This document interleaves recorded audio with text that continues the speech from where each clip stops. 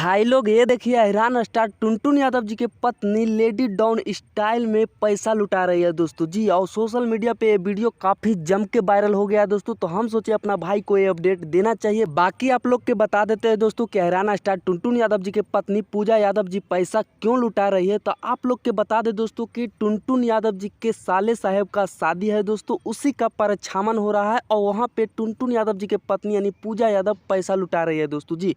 बहुत लोग गांव घर के पब्लिक ये कर रहे हैं कि स्टार के पत्नी हो तो क्या पैसा लुटाओगे।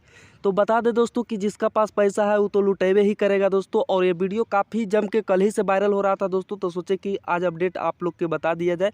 बाकी आप लोग के यह वीडियो कैसा लगा दोस्तों, आप लोग कमेंट में जरूर लिखिएगा। और जितने भी हैरान स्टार टुनटुन यादव जी के फैंस और खेसारी लाल यादव जी के फैंस देख रहे हैं, इस वीडियो को एक बार दबा कर शेयर कर दीजिएगा दोस्तों, ताकि विरोधी लोग के पता चल सके जी।